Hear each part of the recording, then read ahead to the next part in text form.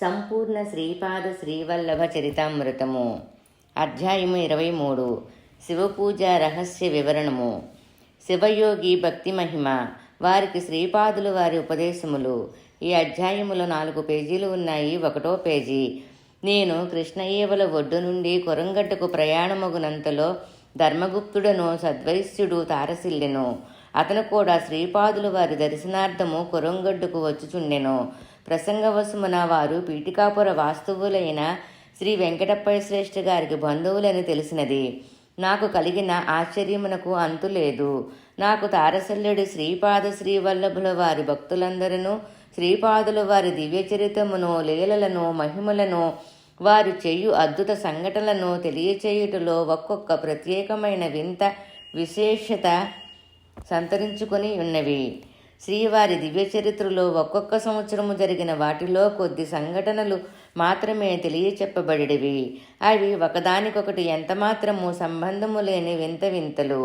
ఇదివరకెన్నడనూ నేను వినియుండని చిత్ర విచిత్ర సంగతులు నాకు ఇప్పటి వరకు శ్రీపాదులు వారి 10 సంవత్సరముల వరకు జరిగిన లీలా విశేషములు ఒక క్రమ పద్ధతిలో వారి భక్తుల ద్వారా బోధింపబడినవి. నేను నా మనసునై ఇట్లు ఆలోచించుచుంటిని. ధర్మగుప్తుల వారు శ్రీవారి 11వ సంవత్సరములో జరిగిన సంఘటనలను ఏమైనా నాకు తెలియచేతురేమోనని అనుకుంటుని. శ్రీపాదులు వారు క్షణక్షణ లీలావిహారి. అంతలోనే శ్రీ ధర్మగుప్తులు నాతో ఇట్లు చెప్పనారంభించిరి. అయ్యా శంకరం పట్టు, నేను శివభక్తుడను. శ్రీపాదులు వారి 11వ సంవత్సరములో శివయోగి ఒకడు పీఠికాపురమునకు వచ్చెను. అతడు చాలా యోగ్యుడు, కరతల భిక్ష చేయువాడు. తన యొద్ద ఏ రకమైన సంచిని కానీ, కంచమును కానీ, మరే పాత్రను కానీ ఉంచుకొనివాడు కాదు. అతడు చూపురులకు పిచ్చివాని వలె ఉండును. అతడు తొలిదొల్త శ్రీ కొక్కటేశ్వర ఆలయమునకు వచ్చెను. అతని పిచ్చివాలకమును ధూళి దూసరిత విగ్రహమును చూచి అర్చక స్వాములు ఆలయములోనికి రానియ్యరైరి. అతడు దేహస్పృహయే లేని అవధూత. అతడు మాటిమాటికి శివపంచాక్షరి జపించుచుండెను. ఆ సమయమున నేను మాకు బావగారి వరుస అయిన వెంకటప్పయ్య శ్రేష్ఠి గారింటికి గుర్రము మీద వచ్చుచుంటిని. మార్గమధ్యమున శ్రీ కుకటేశ్వర ఆలయమును దర్శించుట నాకు అలవాటు. నేను వైశ్య ప్రముఖుడునైన కారణమున అర్చక స్వాములు నా పేరిట ఘనమైన పూజను నిర్వహించిరి. వారికి మంచి సంభావననిచ్చుట నా అలవాటు. నేను 5 వరహాలను అర్చక స్వాములకి ఇయ్యదలిచితిని.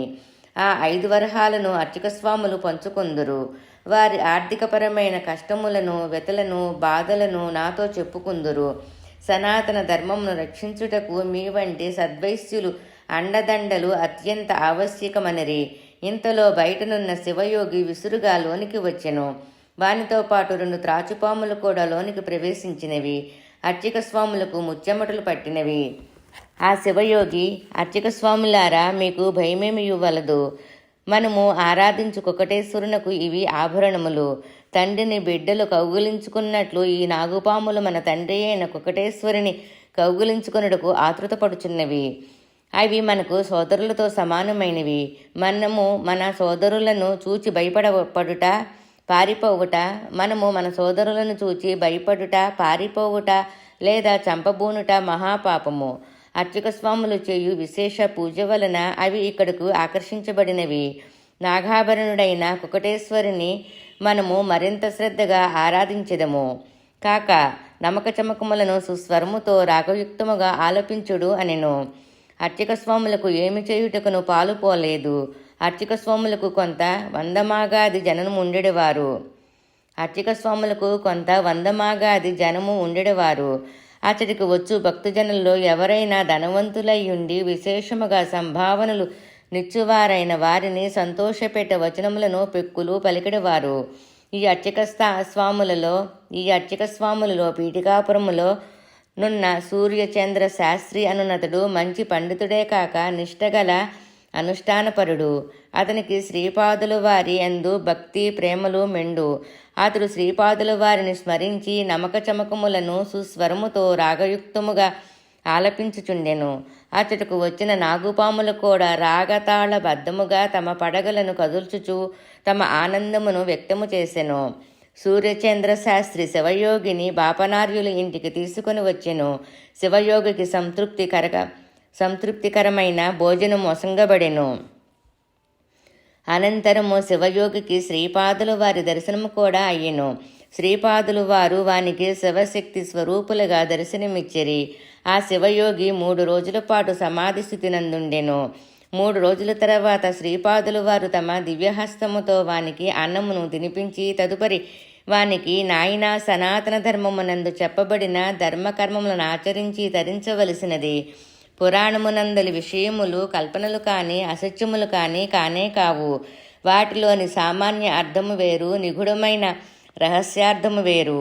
అనుష్ఠానము చేసడి సాధకులకు మాత్రమే దానిలోని అంతర్ధానములు నిగూఢ రహస్యములు అంతఃకరణములో స్ఫురించును. ఋతుకారకులకు సూర్యచంద్రులలో సూర్యుడు పరమాత్మకు ప్రతీక కాగా చంద్రుడు మనసుకు ప్రతీక. చిస్వర్య తేజస్సు మనోరూపమైన చంద్రుడను కూడిననే కాని సృష్టి కార్యము నెరవేరదు. అమావాస్య అనునది మాయకు ప్రతీక.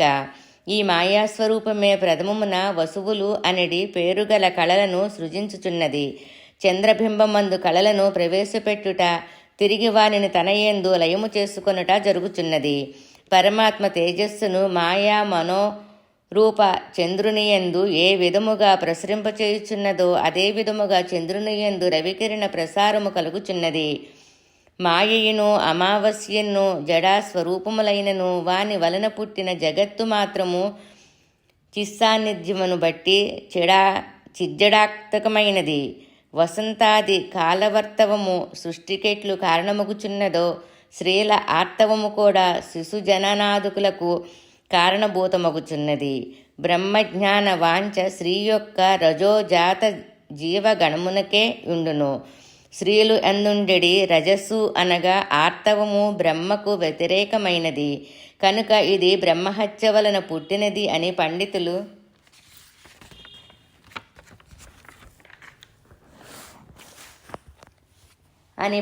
చెప్పెదరు. శ్రీపాదరాజం శరణం ప్రపద్యే 23వ అధ్యాయము 3వ పేజీ. ఛందస్సులచే కప్పబడినది కావున వేదరహస్యములను ఛాందసమందురు. వంక లక్షణము ఆర్తవమునకు నుండును. కావున ఋతుమతి అయిన స్త్రీని 3 రోజులు దూరముగా నుంచెదరు. స్వర్గమనున్నది స్వతసిద్ధి కాంతి గల తేజోగళము. మర్త్యలోకమునన్నది చావు పుట్టుకలు గల లోకము. పాతాళలోకములన్నయు సూర్యకాంతి వలననే కాంతివంతములగుచున్నది కనుక వీనిని పృష్ణులు అని పేరు. సప్త పాతాళములకును జాత వేదాది అధిష్టాన దేవతలు కలరు. మనము నివసించు భూమి ఈ సప్త పాతాళములకును ముందున్నది. దీనికి ఆగ్నేయను వాడు అధిదేవత. ఈ యనమండుగురు అధిదేవతలకును అష్టవసువులని పేర్లు కలవు. సూర్యకాంతి వలన శోభను పొందడవారు కనుక వీరిని వసువులని పిలుచుచున్నారు. ఈ 8 గోళములకును మధ్యనున్న వాయుస్కందములను సప్త సముద్రములందురు. వాయువులకు సముద్రము అనడి సంధ్య కలదని యాచ్య మహర్షి సెలవిచ్చెను. సామాన్య మానవులు సప్త సముద్రములను జలస్వరూపముగా భావింతురు కాని అది సరికాదు. సామాన్య మానవులు సప్త సముద్రములను జలాస్వరూపముగా భావింతురు కాని అది సరికాదు అని తెలియచేసిరి. శివమహిమ ఆంధ్రదేశమునందలి ఏకాదశ శివక్షేత్రములలోని శివస్వరూపములు. శివుడు ఏకాదశ రుద్రస్వరూపము. ఆంధ్రదేశమునందు 11 శివక్షేత్రములు కలవు. వాటి దర్శనము మహాఫలమును అందించును. అవి బృహత్శిలానగరమునందలి నగరేశ్వరుడు, శ్రీశైలమునందలి మల్లికార్జునుడు, ద్రాక్షారామమునందలి భీమేశ్వరుడు, క్షీరసాగరమునందలి రామలింగేశ్వరుడు, అమరావతి అందలి అమరలింగేశ్వరుడు, కోటిఫలి క్షేత్రమునందలి కోటిఫలీశ్వరుడు, పీఠికాపురమునందలి కుక్కటేశ్వరుడు, మహానంది అందలి మహానందీశ్వరుడు, కాళేశ్వరమునందలి కాళీశ్వరుడు, శ్రీకాళహస్తి అందలి కాళహస్తీశ్వరుడు, మరియు త్రిపురాంతకమునందలి త్రిపురాంతకేశ్వరుడు, వాస్తవమునకు శివుడు మూర్తి లేదు. శివలింగము ఆత్మలలో వెలిగే జ్యోతి స్వరూపము కాక మరేమియూ కాదు. సిద్ధి కలిగిన తదుపరి నిర్మల మనసు రూపములో నుండి నిర్మలతయే స్ఫటికలింగము. మన శిరస్సులో ఉండే మెదడులో మనలో జ్ఞానం కలుగుటకు సహకరించు రుద్రుడే కపాలి అనబడును. మెదడు నుండి నరములు రూపములో మెడ క్రింద వరకు వ్యాపించియుండు నాడులను రుద్రజడులందరూ. శివుని హఠయోగి రూపములో లకులీసుడందురు. శివుడు భిక్షాటనము చేసి జీవుల పాపకర్మలను హరించును. ఈ సృష్టియందు రాగతాళబద్ధమైన సృష్టి స్థితి లయములనిడి మహాస్పందనలు కనుగుణంగా ఆనంద తాండవమును చెయ్యును. కనుక శివుని నటరాజు అని అందరు. శివుడు పరమానందకారకమైన మోక్షసిద్ధిని కూడా ఇయ్యగలడు. చిత్తు అనగా మనసు, అంబరమనగా ఆకాశము లేక బట్ట. ఆకాశ రూపములలో ఉండేవాడే చిదంబరుడు. నీవు చూచుడు ఈ విశాల విశ్వములోని రోదసీ స్వరూపము రుద్రస్వరూపమే. 12 జ్యోతిర్లింగములు రాశిచక్రములోని 12 రాశులకు ప్రతీకలు. కనుక శివుడు కాలస్వరూపుడు. అష్టదిక్కులు ఆ అష్టమూర్తి యొక్క చిదాకాశ స్వరూపమే పంచభూతములు. అతని పంచముఖములు, పంచ జ్ఞానేంద్రియములు, పంచ కర్మేంద్రియములు, మనసు కలిసి ఏకాదశ రుద్ర కళలగుచున్నవి. వీరినే ఏకాదశ రుద్రులందరూ. ఉమామహేశ్వర రూపము నిత్య ప్రసన్న రూపము. త్రిగుణములకు భస్మం చేసిన రూపమే త్రిపురాంతక రూపము. జ్ఞాననేత్రమే 3వ కన్ను. సమాధి స్థితిలో ప్రసన్నమైన ధ్యానములో నుండగా నిరంతరాయముగా ప్రవహించు పవిత్రతయే శివ జటాజూటములోని ఆ పరమపావని గంగామాత.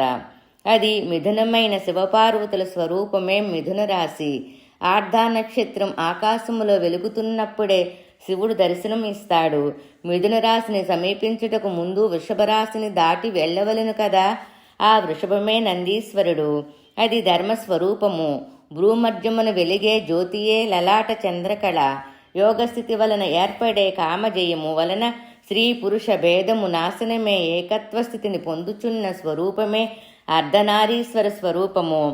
సహస్రారంలో లింగోద్భవ కాలములో కర్పూర కలిత భగవద్జ్యోతిగా వెలుగుతూ ఉంటుంది. లింగమనగా స్థూల శరీరములో లోపల దాగియుండే లింగ శరీరం. ఇది జ్యోతి రూపములో వెలుగుతూ ఉంటుందని వేదము చెప్పుచున్నది. శివపూజ రహస్యములు అనుష్ఠానము చేతను గురు కటాక్షము చేతను మాత్రమే తెలుసుకొన వీలు కలుగును. భౌతిక రూపమైన పీఠికాపురం ఎట్లుండనో జ్యోతిర్మయ స్వరూపమైన స్వర్ణపీఠికాపురం అన్న నది ఒకటున్నది.